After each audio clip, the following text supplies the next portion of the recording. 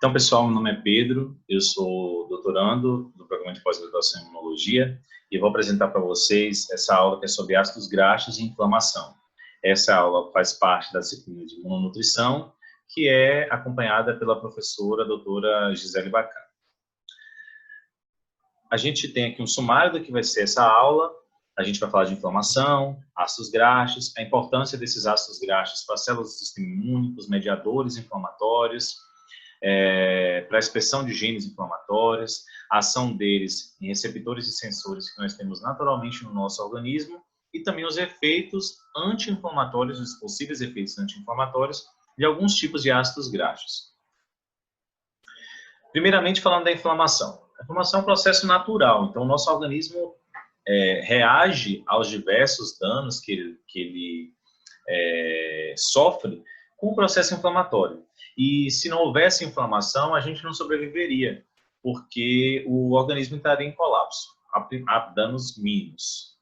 Por exemplo, uma pessoa que não tem a coagulação funcionando corretamente, que é uma das etapas de um processo inflamatório, pode morrer por sangramento, um pequeno ferimento levar a um sangramento contínuo que não cessa. Então, a inflamação é muito importante.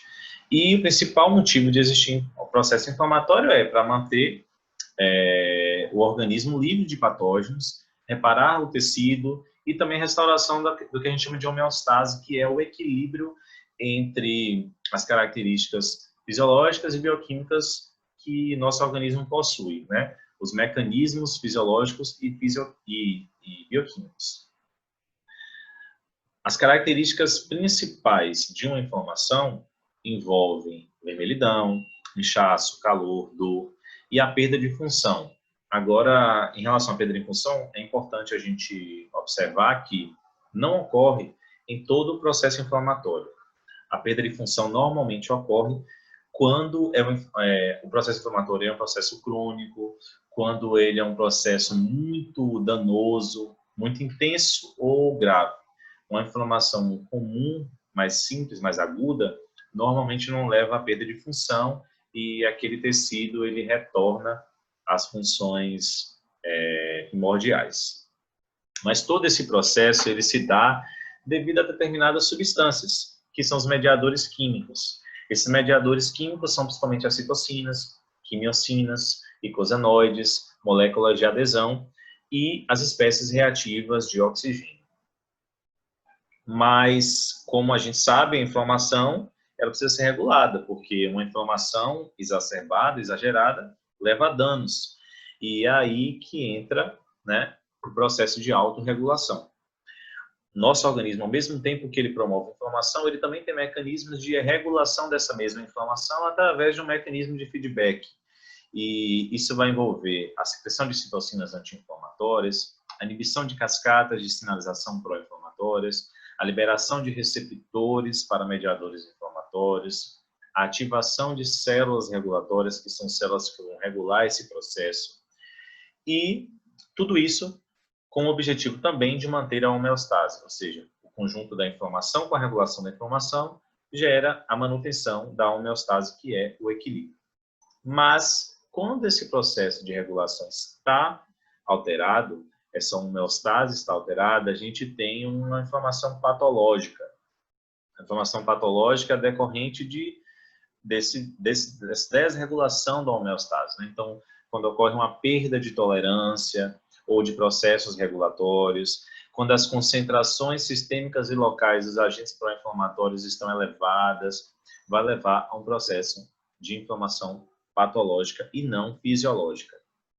Essa inflamação patológica, ela pode ser de curto prazo, mas ela também pode ser uma inflamação crônica, uma inflamação de longo prazo, que seria a inflamação crônica. A gente tem como exemplo as principais inflamações crônicas hoje, as doenças crônicas envolvem as inflamações crônicas de baixo grau, onde existem concentrações sistêmicas elevadas de marcadores inflamatórios. E como exemplo a gente tem a obesidade. Então, na obesidade, o acúmulo de gordura nos adipócitos, com o tempo, promove um processo inflamatório local que vai se tornando sistêmico e vai fazendo com que todo o organismo ele apresente marcadores inflamatórios que vão gerar inflamações, pequenos processos inflamatórios em diversas regiões do corpo, e isso vai levar a outros danos, por exemplo, danos cardiovasculares.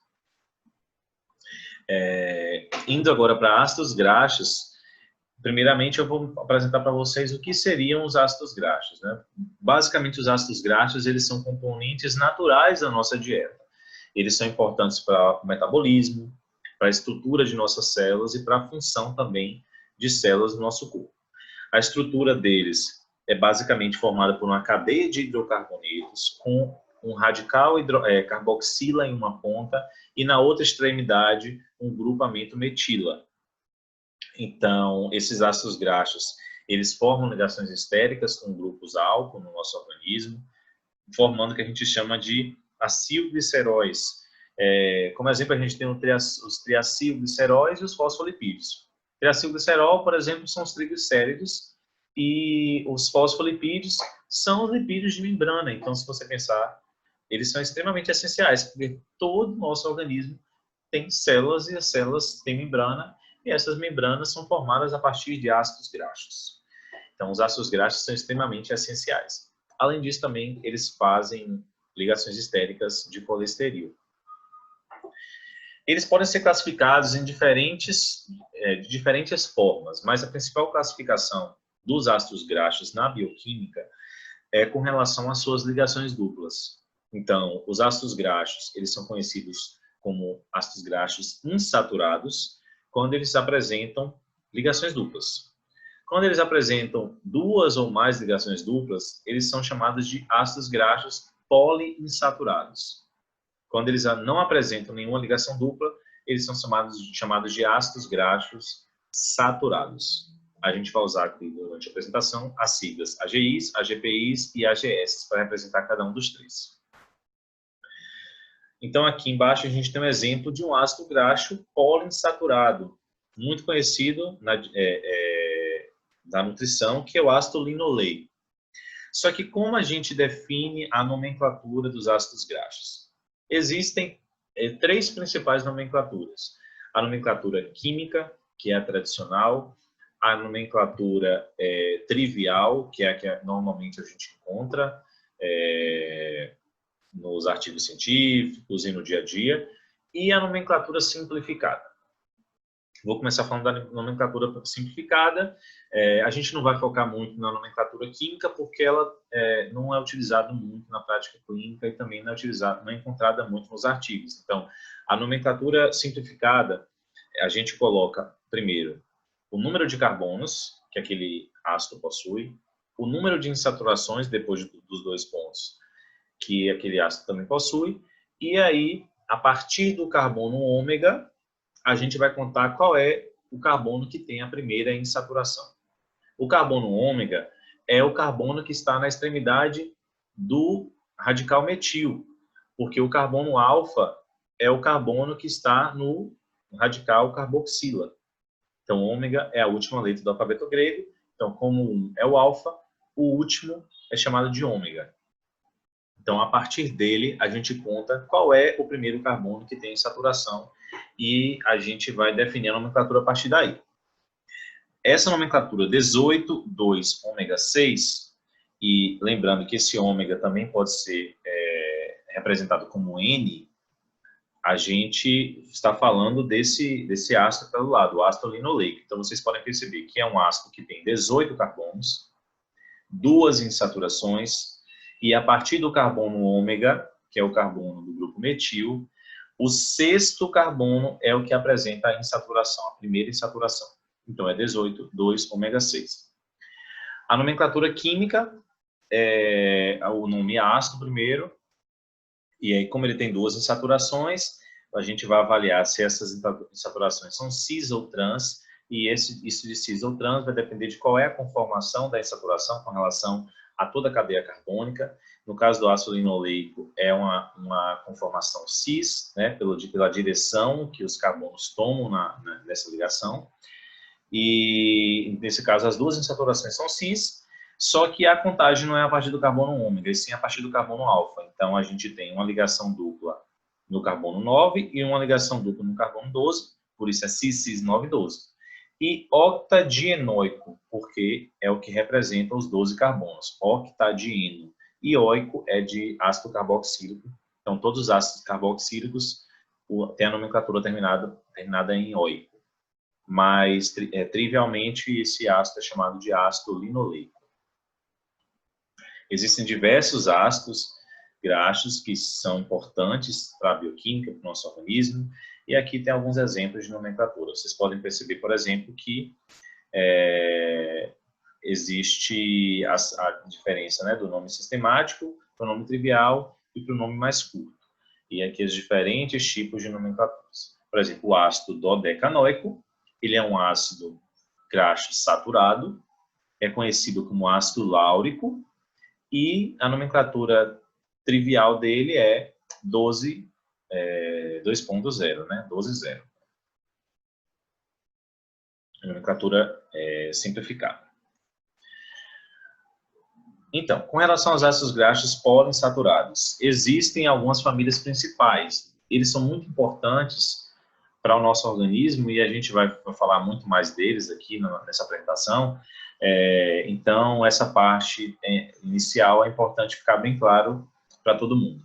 As principais famílias de ácidos graxos insaturados são a família N3, ou ômega 3, e a família N6, ou ômega 6.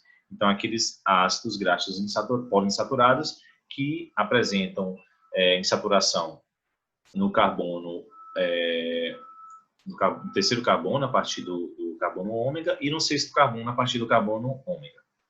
Os mais simples exemplos de ômega 3 e ômega 6 são o ácido linolênico e o ácido linoleico. E ambos podem ser sintetizados por mamíferos. O ácido linoleico, ele é mais comum nos óleos vegetais, como óleo de soja, girassol e óleo de milho.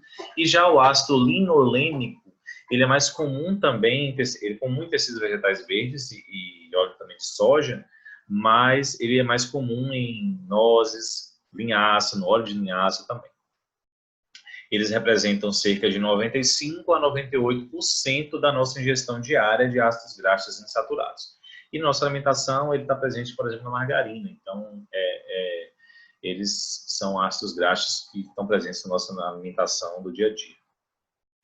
Aqui, a gente tem um exemplo de como esses ácidos graxos são transformados, né? O nosso organismo, ele não é capaz de transformar o ácido linoleico em ácido alfa-linolênico. Então, esse tipo de ação enzimática ocorre somente nas plantas. Mas quando a gente se alimenta do ácido linoleico ou do ácido linolênico, as enzimas do nosso organismo são capazes de converter eles a outros tipos de ácido, né? Por exemplo, o ácido linoleico, ele, através da delta-C desaturase, ele se transforma no ácido linolênico gama, que, com a ação da elongase, se transforma em ácido diomo-gama linolênico, e através da delta-5 desaturase, no ácido araquidônico, que é extremamente importante para o processo inflamatório, e a gente vai discutir mais à frente. Já nas plantas, esse ácido linoleico ele pode se transformar em ácido alfa-linolênico. Com a ação das mesmas enzimas, ele se tornaria, ao invés de ácido araquidônico, o ácido eicosapentaenoico, que é o EPA, e o ácido docosaheexaenoico, que é o DHA. Esses ácidos graxos, eles estão presentes naturalmente nos óleos de peixe. Então, não precisaria do metabolismo para a gente conseguir esses ácidos, já que se a gente utilizasse na nossa alimentação óleos de peixe, já conseguiria eles naturalmente. Então, a gente vai falar agora sobre os ácidos graxos das células inflamatórias e as suas modificações por ácidos graxos N3 marinhos, né? Primeiro, falando de fosfolipídios e inflamação. A maioria dos fosfolipídios das células sanguíneas envolvidas na inflamação, no caso de eutrófilos, linfócitos, monócitos, né? Dos indivíduos que consomem dietas ocidentais típicas, apresentam 10 a 20% de ácidos graxos com o ácido araquidônico. Então, como vocês viram anteriormente, né? por essa via daqui, o nosso organismo costuma transformar os nossos ácidos graxos da alimentação em ácido araquidônico. E esse ácido é o principal componente das nossas membranas celulares. Só que 0,5 a 1% das membranas, dos ácidos graxos das membranas são o EPA, né? E o ácido graxo EPA, e 2 a 4% o ácido graxo DHA. Com o aumento do consumo de ácidos graxos poliinsaturados, ômega 3, essa composição pode ser alterada. Então, foi verificado que, apesar da maior parte da composição de ácidos graxos das membranas ser composta por ácido araquidônico, esse consumo de ácidos graxos poliinsaturados ômega 3 faz com que essa composição de ácido araquidônico na membrana seja reduzida, aumentando as concentrações dos ácidos graxos EPA e DHA na membrana. Aqui tem um exemplo desse estudo, né? Indivíduos que tiveram uma alimentação rica em ácidos graxos poliinsaturados ômega 3, ao decorrer das semanas, começaram a apresentar uma porcentagem maior de lipídios de membrana derivados de EPA e DHA. Então, aqui é a porcentagem, né? Na primeira semana, 0, depois foi aumentando para 2,5, 2,7, 3 do DHA, e o EPA 1,7, 3,2, e aí subindo a decorrer das semanas por conta da alimentação. Mas, agora, correlacionando esses ácidos graxos com a inflamação. Por que eles são importantes para a inflamação? A gente já entendeu que eles são importantes para as células, né? A membrana celular, ela contém ácidos graxos e que são decorrentes da nossa alimentação. Mas o que isso tem a ver com a inflamação? Eles podem atuar diretamente nas células inflamatórias, através dos receptores de ácidos graxos que a gente tem no nosso organismo, né, tanto superficiais quanto intracelulares. Os ácidos graxos, eles podem também ser oxidados, e esses derivados oxidados também podem atuar diretamente nas células inflamatórias, também através de receptores desses ácidos graxos oxidados. Eles também podem ser incorporados aos fosfolipídios, como a gente já viu, né, da membrana das células inflamatórias. Eles podem ser substratos para a geração de segundos mensageiros, então muitas vezes ácidos graxos participam de mecanismos que vão gerar outros mensageiros, e esses outros mensageiros que vão estar interferindo no processo inflamatório, como o diacilglicerol, que a composição é determinada pelo precursor. Então, se a nossa alimentação for rica em determinado tipo de ácido graxo, a conformação dos diacilgliceróis formados a composição deles vai ser diferente. Então, também vai influenciar na atividade deles. E também eles podem ser substratos para a liberação de ácidos graxos poliinsaturados intracelularmente, né? E esses ácidos graxos poliinsaturados intracelulares, eles vão atuar como moléculas de sinalização, como ligantes, como precursores para fatores de transcrição, ou também como precursores para biossíntese de mediadores lipídicos. Então, falando desses mediadores, né, basicamente, quais são os mediadores que a gente tem do processo inflamatório que são derivados dos ácidos graxos? Primeiramente, a gente vai falar dos eicosanoides. Os eicosanoides, eles são gerados a partir do ácido araquidônico. Então, eles também podem ser gerados a partir de outros ácidos graxos, mas a gente vai dar destaque primeiramente àqueles gerados a partir do ácido araquidônico. Eles incluem as chamadas prostaglandinas, que a gente vai colocar aqui como PGs, tromboxanos, leucotrienos e outros derivados oxidados. Eles estão envolvidos na modulação da intensidade e na duração das respostas inflamatórias. Apesar de comumente a gente associar os eicosanoides derivados do ácido araquidônico, né, as prostaglandinas, leucotrienos, com o estímulo ao processo inflamatório, existem também prostaglandinas, leucotrienos, que estão envolvidos no processo anti-inflamatório também. Então, por isso que eles estão envolvidos na modulação dessa intensidade, e não necessariamente no aumento da intensidade.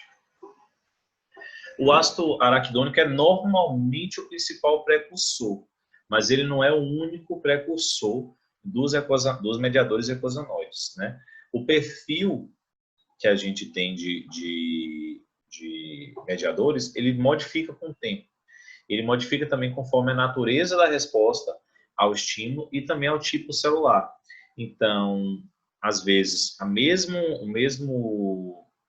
prostaglandina, ela é produzida com efeitos diferentes a depender da célula ou do tecido que ela se encontra, e células diferentes podem produzir citocinas diferentes, ou, com o decorrer do tempo, também produzir prostaglandinas diferentes, tromboxanos diferentes. Isso vai depender também do estímulo que está sofrendo e do tempo que esse estímulo perdura. Então, esse perfil de eicosanoides gerados depende de diversas características. E apesar de, em geral, os eicosanoides derivados do ácido araquidônico serem pró-inflamatórios, a gente tem, por exemplo, que a PGE2 ela possui efeito anti-inflamatório e a lipoxina A4 também tem efeito anti-inflamatório. Os mediadores derivados de ácidos graxos com relação à modificação do perfil de eicosanoides devido a esses ácidos graxos. A gente tem que a produção de PGE2 é maior, com maiores concentrações de ácido araquidônico, mas quando a gente tem uma suplementação com EPA ou com DHA, essa produção é diminuída significativamente e a série 4 dos leucotrienos também. Então, a depender da alimentação, o perfil de prostaglandinas e leucotrienos é modificado.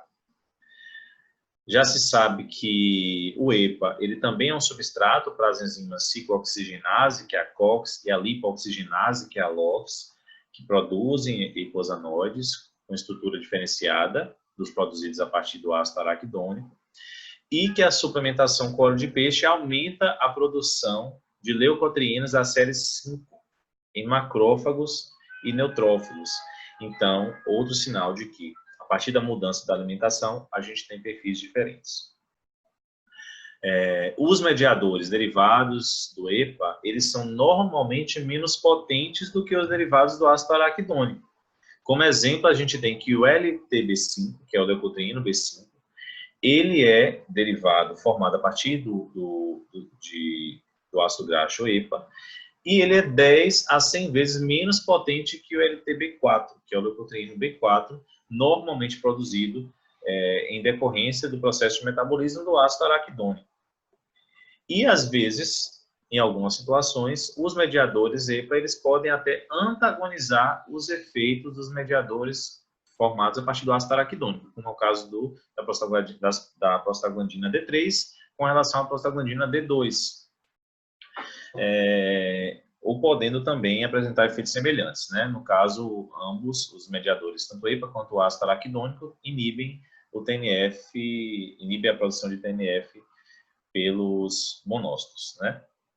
Então, a gente tem aqui efeitos diferentes que têm que ser considerados na hora de avaliar o efeito desses ácidos graxos individualmente. Além dos eicosanoides, a gente tem também, envolvido nesse processo, mediadores que são chamados de resolvinas e protectinas. As resolvinas e as protectinas, elas são normalmente produzidas a partir de EPA e DHA, também através da via da COX e da LOX, né, que é a ciclooxigenase e lipooxigenase.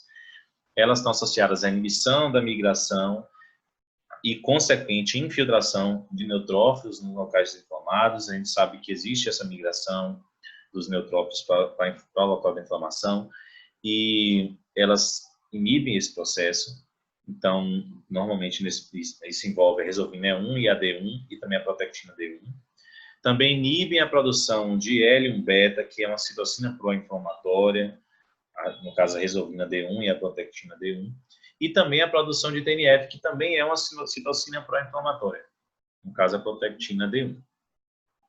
E podem ser importantes para os processos de resolução da inflamação e também a limitação do dano tecidual, já que os mecanismos associados às resolvinas e protectinas são normalmente mecanismos anti-inflamatórios, como a gente viu, né? Essa inibição da migração de células inflamatórias, a inibição de produção de citocinas pró-inflamatórias, tudo isso pode indicar de que elas sejam importantes para a resolução da inflamação e limitação do dano. Aqui é um esquema geral disso que foi falado anteriormente, né? A gente tem o ácido araquidônico na nossa membrana. Esse ácido araquidônico, sob a ação da fosfolipase A2, ele vai se tornar um ácido araquidônico livre. E aí ele vai sofrer um metabolismo pelas diversas enzimas que a gente possui no nosso organismo. Então, se ele sofrer a ação da ciclooxigenase, ele vai formar as prostaglandinas. Se sofrer a ação das lipooxigenases, ele vai formar diferentes substâncias, né? Então, dentre as prostaglandinas, a gente tem a prostaglandina G2, que vai virar prostaglandina H2, e aí, consequentemente, as demais prostaglandinas. Também, através da lipooxigenase, ele pode se tornar, né, se for a 15 lipooxigenase ou a 12 lipooxigenase, formar o hidroperoxiecosatetraenoico, ácido hidroperoxiecosatetraenoico, que vai se tornar o ácido 15-HETE e lipoxina A4 ou o 12-HETE. E, através da ação da lipooxigenase 5, pode se tornar, formar os leucotrienos. E a gente tem a leucotriena A4, C4, D4, E4, D4. Tudo em consequência do metabolismo do ácido araquidônico. Agora, relacionando os outros ácidos graxos que a gente discutiu até o momento, né? O EPA e o DHA. O EPA, que esses dois são ácidos graxos poliinsaturados ômega 3 marinhos, né? O EPA e o DHA, eles normalmente vão levar à formação de outro perfil de prostaglandinas e leucotrienos. Como a gente pode ver aqui, ó, o ácido graxo, o ácido araquidônico, ele vai produzir prostaglandinas da série 2 e leucotrienos da série 4, que tem um alto potencial pró-inflamatório. Já o EPA vai produzir prostaglandinas da série 3 e leucotrienos da série 5, que tem um baixo potencial pró-inflamatório. Mas também pode formar resolvinas da série E, que juntamente com as resolvinas da série D e as protectinas da série D, formadas a partir do DHA, através da ação da ciclooxigenase e da lipooxigenase, vão ter um efeito anti-inflamatório ou de resolução da inflamação. Então, a gente vê aqui que esses ácidos graxos poliinsaturados ômega 3 de origem marinha, né, o EPA e DHA, eles têm uma ação também anti-inflamatória, uma ação de precursor de efeitos anti-inflamatórios e de resolução da inflamação, juntamente com um baixo potencial, né, já que eles são menos potentes, pró-inflamatórios, um baixo potencial pró-inflamatório, do que os derivados do ácido araquidônico. Nesse processo de inflamação, existem alguns mecanismos intracelulares que são decorrentes de fatores de transcrição, da ativação de determinados fatores de transcrição. Um fator de transcrição muito importante para a inflamação é o chamado NF-κB. E foram avaliados o efeito dos ácidos graxos na ação, na ativação, no caso, do NF-κB e nas consequências dessa ativação. Os ácidos graxos poliinsaturados marinhos, ômega 3 marinhos, eles mostraram inibir a produção de proteínas inflamatórias induzidas por LPS em diferentes tipos celulares. E a gente já sabe que o NF-κB, ele está associado com a ativação mediada, a ativação do NF-κB está associada com a ativação dessa cascata inflamatória induzida por LPS, né? Então, esses estudos mostraram que esse efeito desses ácidos graxos poliinsaturados envolve essa inibição da via do NF-κB, possivelmente mediante a redução da fosforilação do IκB, também por redução da ativação da via das MAP quinases, que é responsável, né, por fosforilar o IκB e, consequentemente, fazer com que ele desvincule do trímero do NF-κB, que a gente vai falar no próximo slide. Em contraste aos ácidos graxos poliinsaturados, os ácidos graxos saturados, especialmente o ácido láurico, eles aumentam essa ativação da via do NF-κB, né? Os mecanismos têm demonstrado que eles atuam estimulando essa via. E os ácidos graxos poliinsaturados foram capazes de prevenir esse efeito induzido pelo ácido láurico. Aqui a gente tem um mecanismo, né? Mas eu vou apresentar ele logo após a explicação. A gente tem que o ácido láurico ele não induz NF-κB e a expressão de COX em macrófagos com a presença de receptores Toll-like número 4 mutantes. Ou seja, uma mutação no receptor Toll-like número 4 interfere nessa indução, porque se eles induzem quando não existe um receptor mutante, então quer dizer que essa via é importante para esse efeito. Consequentemente, a ação do ácido láurico está associada à indução do NF-κB. Isso a gente consegue ver na imagem, né? O receptor Toll-like, pelo estímulo de LPS, por exemplo, e no caso do ácido láurico, né, que a gente não sabe exatamente o mecanismo, desenvolve uma cascata que vai levar à fosforilação do IΚB e, consequentemente, a não formação, ou, na verdade, a separação do dímero do NF-κB do IΚB fosforilado. E aí, esse NF-κB vai translocar para o núcleo, né? Também foi demonstrado em estudos que o DHA ele inibe a expressão de COX-2 em macrófagos com também o receptor Toll-like 4 ativo, mas não naqueles onde o MID88 está ativo. Então, se vocês observarem, o MID88 ele é importante também para a cascata. Então, se ele não está ativo, o DHA não consegue inibir a expressão de COX, que é feita, tá vendo? A expressão de COX é consequência do mecanismo do NF-κB, na sequência aqui, é o último passo. Então, se ele não consegue inibir a expressão de COX quando o MID88 não está ativo, significa que essa via também é importante para essa ação do DHA, já que o MID88 ele é importante para a cascata do receptor Toll-like 4. Então, mostra que essa via é importante tanto para a ação dos ácidos graxos saturados como para a ação dos ácidos graxos poliinsaturados. Mas não está clara ainda a forma como ela é importante. Outro dado importante é que a exposição de macrófagos a ácido láurico induziu resposta semelhante ao LPS. O LPS ele é uma endotoxina. Ela é reconhecida por essa via do receptor Toll-like.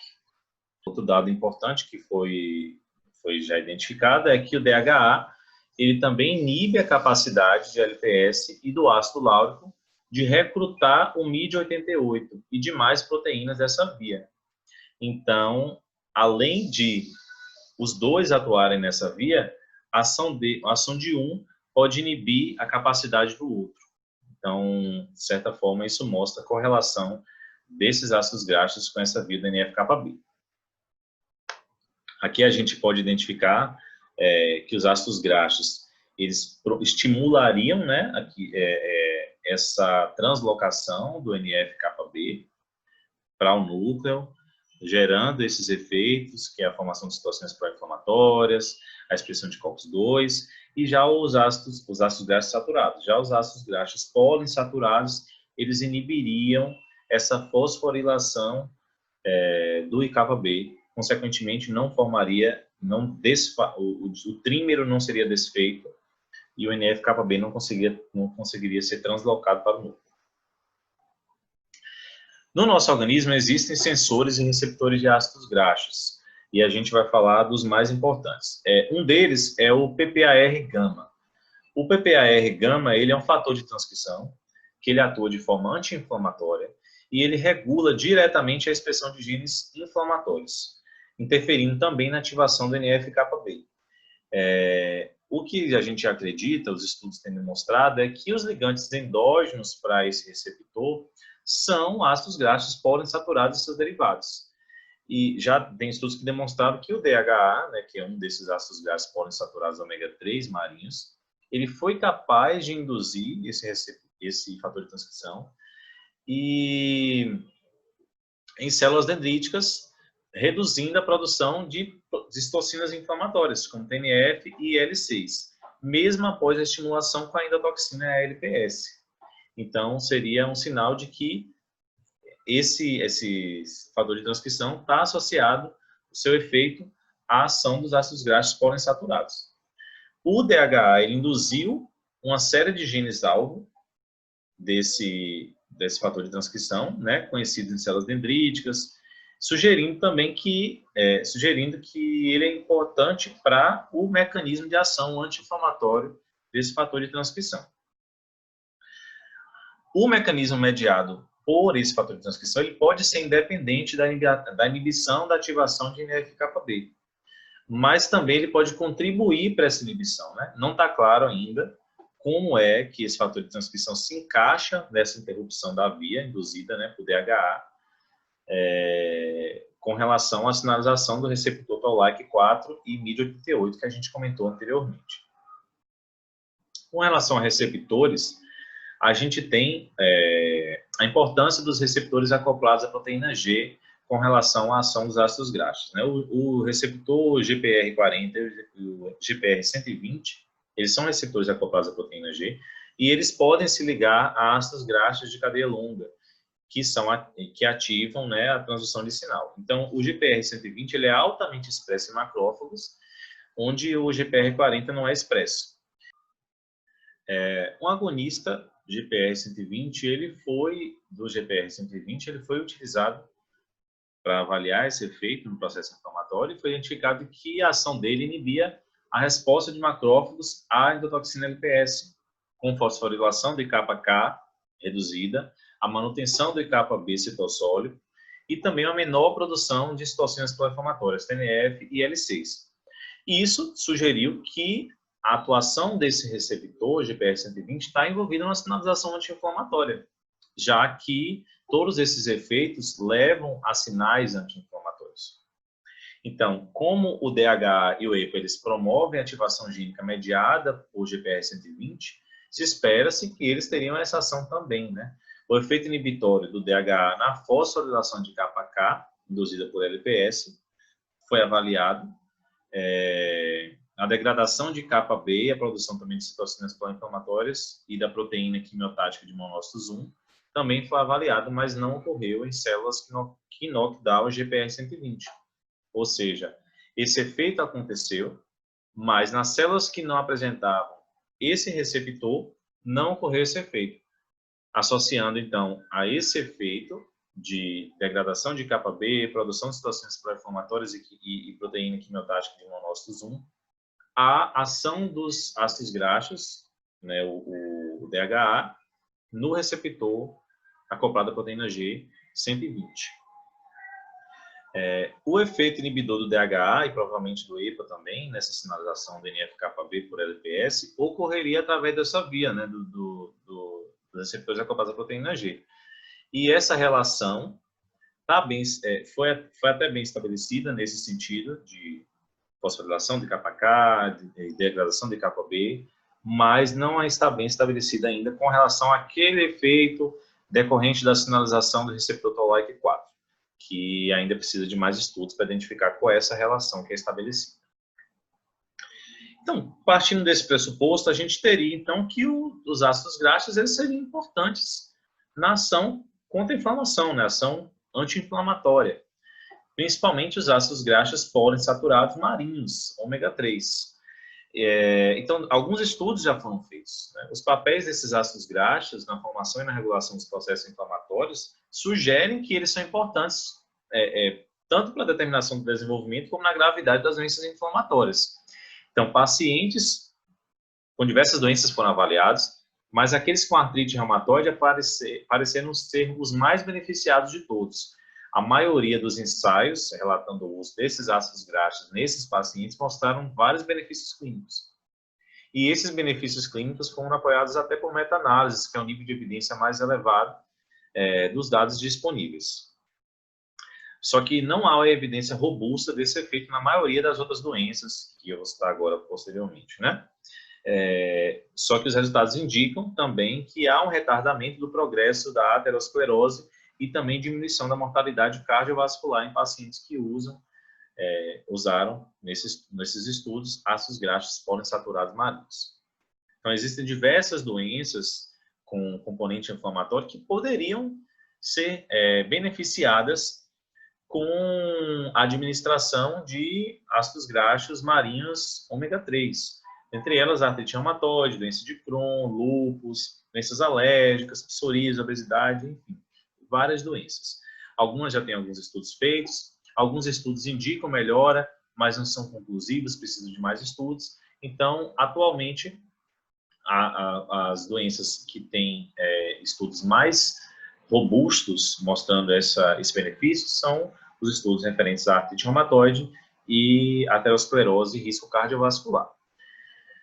Então, os estudos sugerem que uma ingestão maior do que 2 gramas de EPA mais o DHA por dia seria necessária para afetar os processos inflamatórios, que é possível também que esses estudos que não encontraram resultados não tenham encontrado decorrente justamente do uso de doses menores do que 2 gramas, e também devido à natureza da inflamação, porque são inflamações diferentes.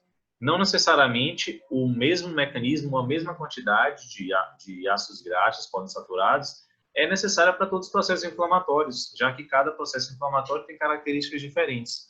Então, a natureza precisa de cada inflamação em cada doença, é importante e para ser considerada, e é possível que os componentes inflamatórios apresentem-se de formas diferentes em cada situação e, consequentemente, apresentem diferentes sensibilidades a esses ácidos graxos. Então, a gente tem um resumo, né? A exposição aos ácidos graxos vai fazer com que eles façam parte da composição das membranas ou ativem sensores e receptores de ácidos graxos, como o PPAR, que eu comentei, gama, e os receptores acoplados à proteína G. Então, esses componentes de membrana formados a partir de ácidos graxos vão ser responsáveis pela fluidez da membrana, também pela formação de substratos, né, como os eicosanoides, resolvinas, que a gente já viu, também pela ativação de das cascatas inflamatórias. Essas cascatas inflamatórias também estão relacionadas com esses sensores e receptores, né, de ácidos graxos, mas ainda tem algumas vias que não estão bem claras, como a via do receptor Toll-like. E todos esses efeitos vão levar a sinais intracelulares e extracelulares que vão levar a respostas celulares. Então, como conclusão, a gente tem que os ácidos graxos eles podem sim influenciar na inflamação por meio de diversos mecanismos que vão incluir tanto a superfície celular, receptores, sensores, intracelulares também, que vão controlar a sinalização celular, processos inflamatórios, padrão de expressão gênica. O aumento do conteúdo na alimentação de ácidos graxos derivados de peixes, de óleos de peixes, né, como o EPA e o DHA, vão interferir na composição da membrana, no padrão de eicosanoides formados e também provavelmente nas resolvinas. E os ácidos graxos poliinsaturados, eles têm eficácia terapêutica comprovada para a artrite reumatoide, embora os benefícios de outras doenças inflamatórias não estejam inequivocadamente demonstrados, já que existem ainda dúvidas, necessita de mais estudos. E esses efeitos anti-inflamatórios, eles parecem estar relacionados com a dose, serem dose dependentes. Então, isso pode contribuir para que as suas ações protetoras aconteçam, como já foi demonstrado em relação à aterosclerose, ao efeito na proteção contra a ruptura de placa aterosclerótica e na diminuição da mortalidade cardiovascular. É isso. Muito obrigado.